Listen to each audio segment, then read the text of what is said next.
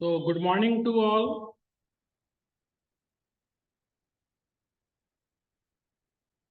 Standard 10A, Standard 10B,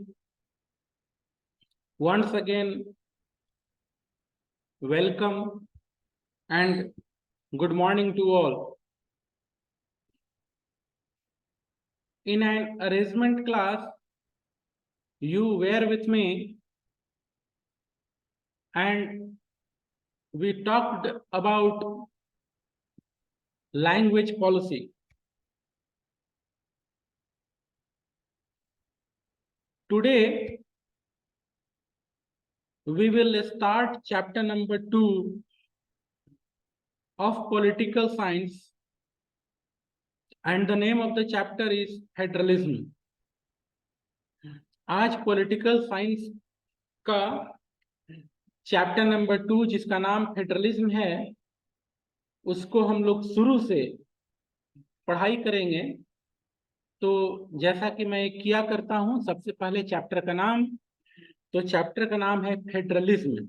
इसमें दो शब्द हैं, एक है फेडरल और एक है इज्म। ठीक है, इज्म का मतलब होता है व्यू पॉइंट या फिर थ्योरी, जो बोल लो। ठीक है, तो वैसा विचार, वैसा सिद्धांत जो फेडरल सिस्टम की पैरवी करता हो, साथ देता हो, उसे फेडरलिज्म बोलते हैं। इज्म का मतलब है सोच, विचार, सिद्धांत। ठीक है, अनेकों शब्द हैं उसके एक्सप्लेन करने के लिए। एग्जाम्पल, गांधीज्म, गांधी की सोच, गांधी के थ्योरीज या सिद्धांत।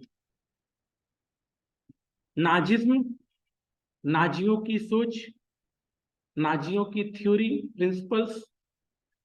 यहाँ है फेडरलिज्म, तो वैसी सोच या वैसा सिद्धांत जो फेडरल सिस्टम को बढ़ावा देता है।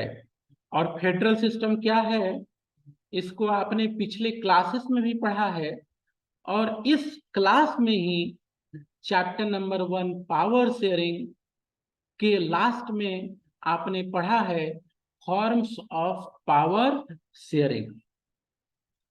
फॉर्म्स ऑफ पावर शेयरिंग में जो दूसरा फॉर्म्स ऑफ पावर शेयरिंग आपको पढ़ाया गया स्टैंडर्ड 10 में, वह था या वह है power share among different levels of the government. Power share among different levels of the government. ठीक है, इसको आपने चैप्टर 1 में पढ़ा है, और फिर उसी में आपको आगे समझाया गया कि पावर अगर डिफरेंट फॉर्म्स ऑफ, ठीक है, डिफरेंट लेवल्स के बीच में हो रहा है, पावर अगर डिफरेंट लेवल्स शेयर कर रहे हैं, तो वहां पर फेडरल सिस्टम है। फेडरल सिस्टम है। तो फेडरलिज्म एक ऐसी सोच है जो फेडरल सिस्टम को बढ़ावा देता है, मतलब ऐसी शासन व्यवस्था जहां उस देश में कम से कम शासन के 2 लेवल होंगे। शासन के 2 लेवल होंगे। ठीक है, ध्यान देना। एक होता है ऑर्गन्स। ठीक है, आपने पावर शेयरिंग में पढ़ा है ऑर्गन्स, जैसे लेजिस्लेचर, जुडिशियरी, एग्जीक्यूटिव, ये गवर्नमेंट के ऑर्गन्स हुए। These are the organs of the government. ठीक है, अब लेवल, अब जैसे आप देखो, Indian parliament, Supreme Court of India, प्रधानमंत्री, राष्ट्रपति भारत के। ये ऑर्गन्स हो गए और एक लेवल में हुए, वह है सेंट्रल लेवल। ये पूरे देश के लिए है। भारत की जो संसद है वह पूरे देश के लिए है। हम बिहार के लोगों के लिए भी है, बंगाल, तमिलनाडु, सबके लिए जो भारतीय भूभाग में है। सुप्रीम कोर्ट ऑफ इंडिया हर एक हिंदुस्तानी के लिए है, हिंदुस्तान वाले एरिया के लिए। ठीक है। फिर प्रधानमंत्री, राष्ट्रपति पूरे देश के हैं। अगर बिहार से बिलोंग करने वाले किसी से पूछा जाए, आपसे पूछा जाए who is the prime minister of India, या फिर कोई तमिलनाडु के बच्चे से पूछा जाए, गुजरात के स्टूडेंट से पूछा जाए, तो सबका आंसर एक होगा। ठीक है। तो ये हो गए ऑर्गन्स। ठीक है। और लेवल कौन सा हुआ? Central level. जब लेवल बात करते हैं तो सेंट्रल लेवल, स्टेट लेवल, हमारे देश में 3 लेवल है, एक है लोकल सेल्फ गवर्नमेंट भी, तो ध्यान देना है। चैप्टर के शुरू में बेल्जियम और श्रीलंका का फिर से जिक्र है। बेल्जियम का जिक्र है क्योंकि उसने अपने प्रॉब्लम को सॉल्व किया। श्रीलंका का जिक्र है, उसने अपने प्रॉब्लम को सॉल्व नहीं किया, रिजल्ट वहां सिविल वॉर हुआ, आपस में ही टेंशन। ठीक है। इन कहानियों से लोगों को और गवर्नमेंट को सीख लेनी चाहिए। ठीक है। इन कहानियों से, इतिहास के पन्नों से, बीते हुए समय से, दुनिया के किसी भी कोने में कोई सरकार हो, उसे सीख लेनी चाहिए, जनता को भी सीखना चाहिए। ठीक है। जब मैं इन बातों को कर रहा हूं तो भारत के एक राज्य में 2 समूह आमने सामने हैं। गवर्नमेंट उसको जरूरी है कि ठीक से हैंडल करे, और जो लोग हैं उन्हें भी समझदारी से काम लेने की जरूरत है। तो ध्यान देने वाली बात है, कहीं भी कोई प्रॉब्लम हुआ तो आपसी समझदारी सरकार को भी करने की जरूरत है, पॉलिटिकल पार्टियों को भी जरूरत है, और लोगों के लेवल पे भी जरूरी है। पढ़ाई इसी समझ को विकसित करने के लिए है। तो बेल्जियम ने एकोमोडेशन किया और इसके लिए उन्होंने अमेंडमेंट्स लाया, और जो बेल्जियम में अमेंडमेंट्स आई, बेल्जियम जो है फेडरल कंट्री बन गया। ठीक है। अमेंडमेंट से पहले बेल्जियम, अमेंडमेंट से पुष्कर ने एक स्टेट का नाम लिखा है, मेरा इशारा उसी तरफ था। ठीक है। तो जो बच्चे न्यूज सुनते होंगे वो इशारे को समझे होंगे। ठीक है। बहुत कुछ जो है नाम, और स्पेशली पूरा का पूरा ये रिकॉर्डिंग में है, यूट्यूब में जाएगा। ठीक है। हो सकता है दुनिया के किसी दूसरे हिस्से के लोग भी देख सकते हैं, हालांकि इसकी संभावना कम है, आप लोग ही पूरा देख लो। पर ये ठीक है, वहां रहेगा तो कोई भी देख सकता है, तो चीजों को थोड़ा सा, हालांकि सब कुछ न्यूज में है, तो कहीं भी प्रॉब्लम हो सबको समझदारी से काम लेने की जरूरत है। गवर्नमेंट और राजनीतिक दलों को चाहिए वो जल्दी से उस पर हस्तक्षेप करें, चीजों को सॉल्व करने का प्रयास करें। ठीक है। और जो सिटीजन्स हैं उनको भी समझदारी से काम लेने की आवश्यकता है। कुछ कुछ कोई कुछ छोड़े, कोई कुछ छोड़े।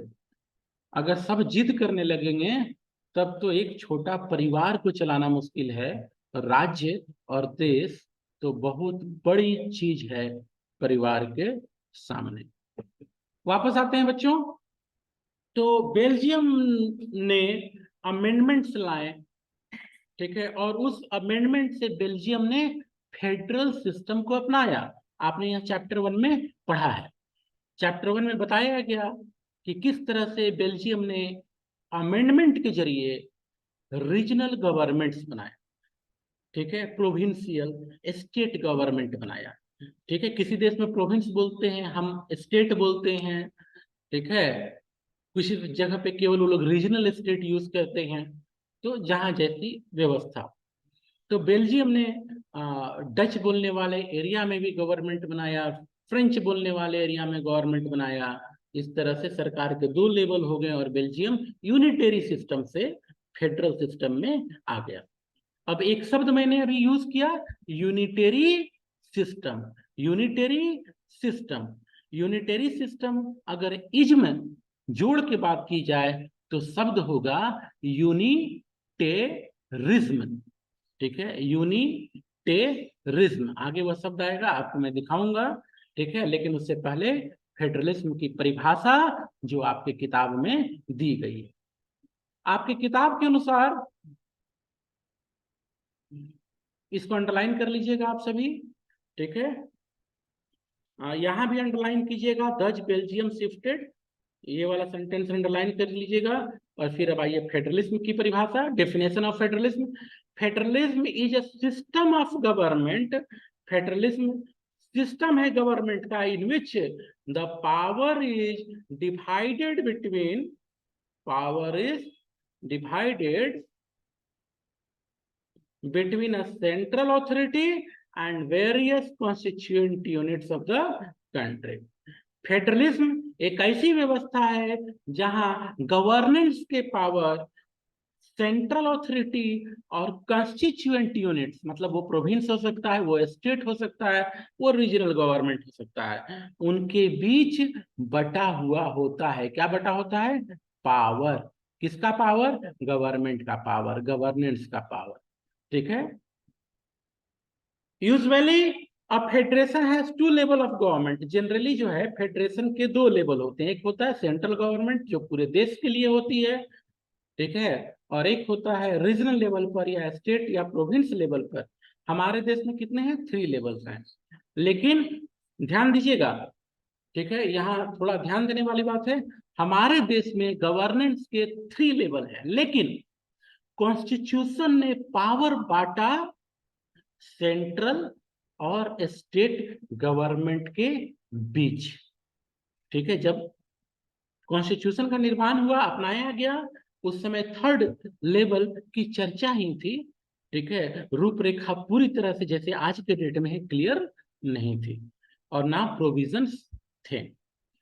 ठीक है, तो जब प्रोविजंस बनाए गए तो बोला गया कि कुछ सेंट्रल गवर्नमेंट काम दे देगा, कुछ स्टेट गवर्नमेंट काम दे देगा, और फिर स्टेट गवर्नमेंट के ऊपर छोड़ दिया गया लोकल सेल्फ गवर्नमेंट।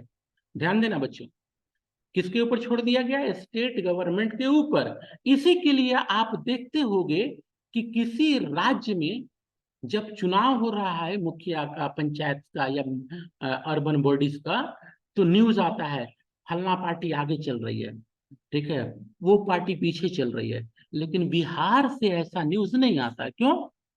क्योंकि स्टेट के ऊपर है। हमारे स्टेट में ये चुनाव इंडिपेंडेंट लेवल पर होते हैं, पॉलिटिकल पार्टीज के लेवल पर नहीं। दूसरे कुछ स्टेट में वो पॉलिटिकल पार्टी के कैंडिडेट्स के रूप में लोग खड़े होते हैं सिंबल पर। ठीक है, ओके, तो इस बात का ध्यान रखिएगा, ये डिफरेंस आपको देखने को मिलेगा, और इसलिए देखने को मिलेगा क्योंकि एक रूपरेखा, एक स्ट्रक्चर बना करके स्टेट गवर्नमेंट के ऊपर छोड़ दिया गया कि वो कैसे चुनाव कराते हैं, पार्टी बेसिस पर कराते हैं, इंडिविजुअल बेसिस पर कराते हैं, और क्या क्या अतिरिक्त जो फैसिलिटीज हैं या प्रोविजंस हैं वो लोकल सेल्फ गवर्नमेंट को देते हैं। So you will find variation because of this. तो एक टर्म हुआ फेडरलिज्म। ठीक है, फेडरलिज्म। ठीक है, अब आगे बढ़ोगे, ये देखो मैप है, कुछ वैसे देश जहां फेडरल सिस्टम रहा एक टाइम पीरियड में, वहां समय भी लिखा है। अब आगे देखिए, federations are contrasted with unitary government. Unitary government, ठीक है, देखो ये सब शब्द है। फेडरलिज्म सोच हो गया, ठीक है, फेडरल सिस्टम व्यवस्था हो गई, फेडरेशन देश हो गया। ठीक है, ध्यान रखना। ठीक है, इन शब्दों के जैसे जैसे शब्द बोलेगा, फेडरलिज्म मतलब वो हो गया क्या, सोच विचार, फेडरल सिस्टम व्यवस्था। ठीक है, और फेडरेशन देश, जैसे इंडिया एक फेडरेशन है या फेडरल कंट्री है। तो फेडरेशन का उल्टा होता है यूनिटरी गवर्नमेंट। ठीक है, मैंने बात किया था। तो यूनिटेरी है, ठीक है, इसमें इज्म जोड़ दोगे तो यूनिटेरिज्म हो जाएगा। तो फेडरलिज्म कहता है कि कम से कम सरकार के दो लेवल होंगे, लेकिन यूनिटरिज्म बोलता है कि नहीं, एक ही लेवल होगा।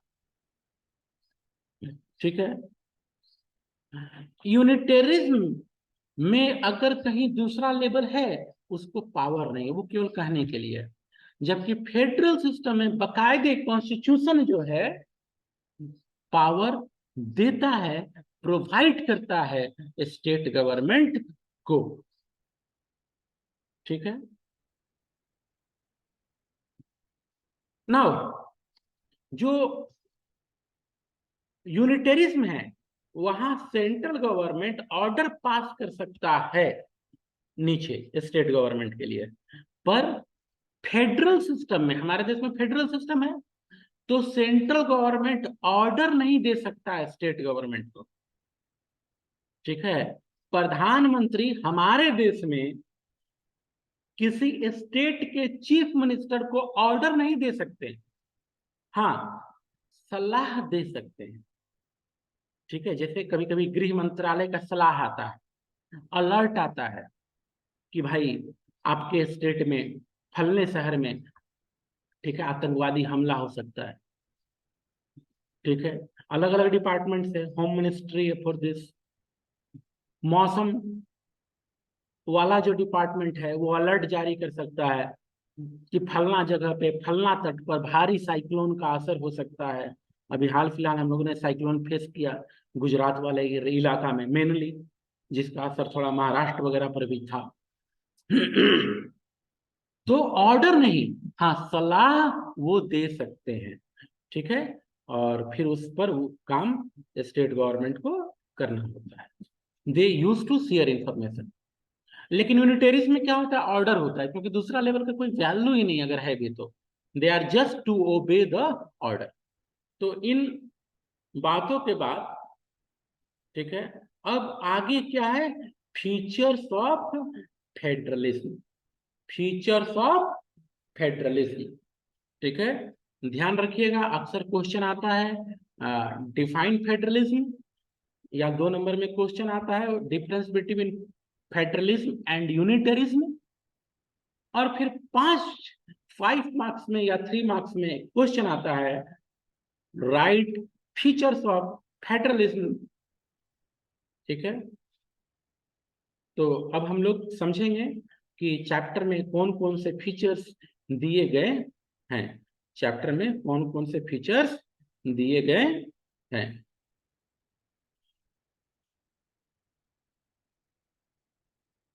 फीचर नंबर 1, हम लोगों ने कई बार इसका जिक्र किया, कम से कम 2 लेवल होगा। ठीक है, कम से कम 2 लेवल। अब इस बात को दूसरे तरीके से भी बोला जा सकता है कि 2 से ज्यादा लेवल होगा, 2 या 2 से ज्यादा लेवल होगा, मतलब वही है, there will be at least 2 level of government, at least. ठीक है, मोर कैन बी देयर। दूसरा, जो गवर्नमेंट है, हर एक टायर, चाहे सेंट्रल गवर्नमेंट हो, लोकल हो, स्टेट हो, वो सारे सिटीजन्स तक पहुंचेंगे। ठीक है, सेम सिटीजन्स। मतलब एक व्यक्ति है ब्रजेश कुमार, ठीक है, तो इस ब्रजेश कुमार को हर कोई से काम है, सेंट्रल गवर्नमेंट से भी काम है, स्टेट गवर्नमेंट से भी उसके बहुत सारे काम हैं, बहुत सारी फैसिलिटी उसे स्टेट गवर्नमेंट से मिलती है, और उसे लोकल गवर्नमेंट से भी फैसिलिटी मिलती है। आपसे क्वेश्चन है, देखता हूं आप उत्तर कर पाते हो कि नहीं करते हो, बताओ। मेरे घर पर, ठीक है, 8, 8:30 बजे के करीब सीटी बजता है, और जो म्युनिसिपैलिटी के लोग हैं वो डस्ट को चुनने आते हैं, कचरा जो है रिसीव करने आते हैं। कौन सा गवर्नमेंट हो गया, विच टायर, आपके घरों पर भी आते हैं, ठीक है, जो, या वेरी गुड, तेजस ने सबसे पहले आंसर किया, आफ्टर दैट आयुष, ठीक है, लोकल गवर्नमेंट, राइट आंसर। तो जो म्युनिसपैलिटी के, पुष्कर ने भी आंसर किया, ठीक है, तो शब्द क्या है उसके लिए, थ्री टायर्स में आंसर होगा लोकल, ठीक है, लोकल सेल्फ गवर्नमेंट। तो जो वो कचरा को बटोरने आते हैं, रिसीव करने आते हैं म्युनिसपैलिटी से, ठीक है, अ, तो या नगर निगम, जैसा शहर है, नगर निगम, म्युनिसपैलिटी या म्युनिसिपल कॉर्पोरेशन, तो वो हो गया लोकल सेल्फ गवर्नमेंट, ठीक है। अब ये बताओ, आपके घर में बिजली आती है, वो किस लेवल ऑफ गवर्नमेंट से रिलेट है? वेरी गुड, पुष्कर ने जल्दी आंसर कर दिया इस टाइम। जो हमारे घरों में बिजली आती है, अगर मान लो लाइट कट गई, तो हम मुखिया को नहीं याद करते, ठीक है, वेरी गुड, तेजस ने भी आंसर किया, and the right answer is state government, ठीक है, हम राज्य सरकार को याद करते हैं, बात कैसा सरकार है, ठीक है, वहां इतना बढ़िया लाइट है, उस दूसरे राज्य में हम लोग के यहाँ बराबर कट रही है, वेरी गुड। नाउ, तो हम लोगों ने एक एग्जाम्पल देखा कैसे हमको जरूरत पड़ता है लोकल गवर्नमेंट की, फिर हम लोगों ने देखा है स्टेट गवर्नमेंट की, अब एक और बात, ठीक है, एक बचा सेंट्रल गवर्नमेंट, ठीक है, रेलवे, ठीक है, तो रेलवे सेंट्रल गवर्नमेंट के अधीन है, या डिफेंस, ठीक है, most of the banking system. Thank you very much. तो देखो, हर एक नागरिक को हर एक लेवल से काम है, क्योंकि काम बटा हुआ है, कौन क्या काम करेगा, ठीक है। और ये जुरिस्डिक्शन शब्द है, इसका नीचे मीनिंग दिया हुआ है नीचे की तरफ। तो जुरिस्डिक्शन मतलब होता है एरिया, काम करने का एरिया, काम करने के सब्जेक्ट। तो सब्जेक्ट अलग अलग है, सेंट्रल गवर्नमेंट के अपने सब्जेक्ट हैं, ठीक है, स्टेट गवर्नमेंट के अपने हैं, और लोकल सेल्फ गवर्नमेंट के अपने अलग हैं। और ये जो जुरिस्डिक्शंस हैं, वो कॉन्स्टिट्यूशन में स्पेसिफाइड है, ठीक है, और विशेष करके सेंट्रल गवर्नमेंट और स्टेट गवर्नमेंट के जुरिस्डिक्शन, ठीक है। चैट में एक बात है, क्या है सर, प्लीज लास्ट में थोड़ा सा ऑर्डिनेंस के बारे में, अच्छा ऑर्डिनेंस, तो ठीक है, अभी बताते चलते हैं। देखो, अगर सत्र नहीं चल रहा है लेजिस्लेचर का, लेजिस्लेचर एक कॉमन टर्म है, ठीक है, लेजिस्लेचर मतलब होता है विधायिका, जहां कानून बनते हैं, ठीक है। अगर हमारे देश के लिए कानून बन रहा है, इंडिया के लिए, तो लेजिस्लेचर हो जाएगी हमारी पार्लियामेंट। राज्य की सरकार कानून बना रही है, तो लेजिस्लेचर हो जाएगी स्टेट लेजिस्लेटिव असेंबली। अगर लेजिस्लेचर नहीं चल रहा है, ठीक है, तो वैसे में सरकार को कोई कानून बनाना लगता हो कि नहीं जरूरी है, आज से ही जरूरी है, तो सरकार जो है आपको वह कानून लेकर आ सकती है, अपनी वह बात लेकर कर आ सकती है, ठीक है। वह बकायदे ड्राफ्ट करेगी, वो ड्राफ्ट होकर के राष्ट्रपति के पास जाएगा, राष्ट्रपति साइन कर देंगे, ठीक है। तो राष्ट्रपति के सिग्नेचर होते ही जो भी बात हो उस ड्राफ्ट में, उस बिल में, वह 6 महीने के लिए कानून के रूप में लागू हो जाता है, ठीक है। इस 6 महीने के अंदर पार्लियामेंट ने, अगर देश का कानून है तो, और स्टेट का है तो स्टेट लेजिस्लेटिव असेंबली ने पास कर दिया, तो वह कानून हमेशा रह गया। लेकिन अगर नहीं पास हुआ 6 महीने के अंदर, तो एक बार फिर से सरकार राष्ट्रपति को, और राज्य की सरकार गवर्नर को, ठीक है, मैं दोनों को लेके चल रहा हूँ, वो उस ड्राफ्ट को भेज सकते हैं, और सिग्नेचर होने पर फिर 6 महीना के लिए वो ड्राफ्ट ऑर्डिनेंस के रूप में लागू रहेगा।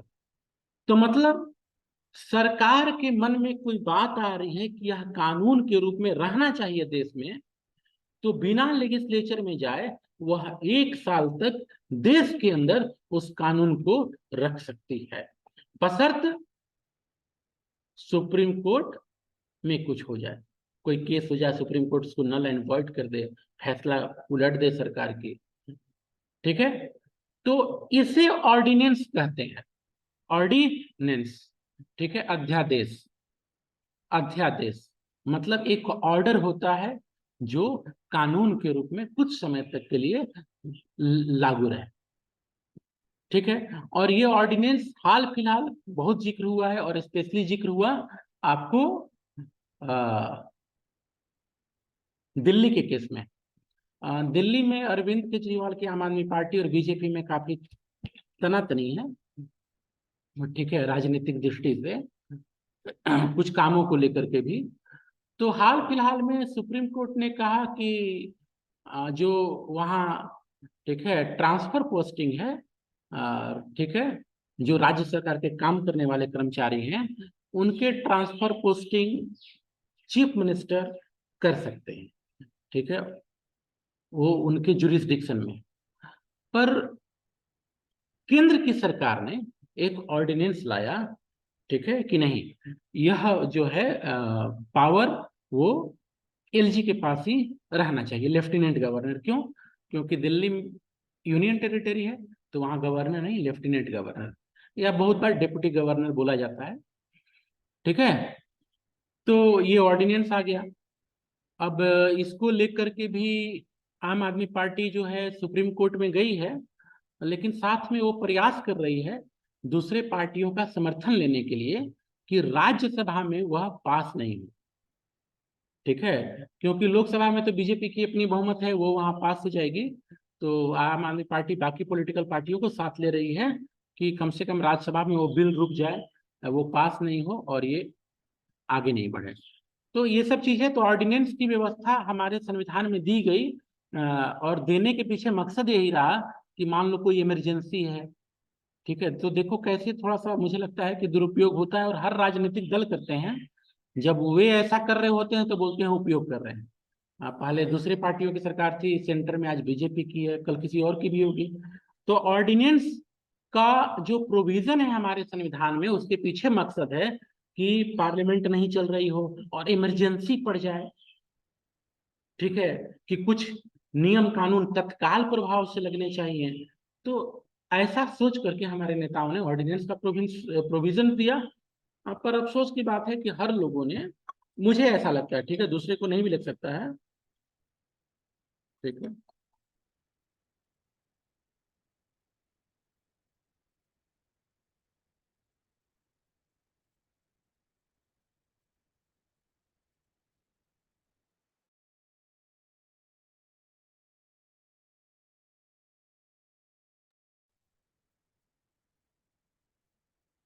तो आई एम बैक।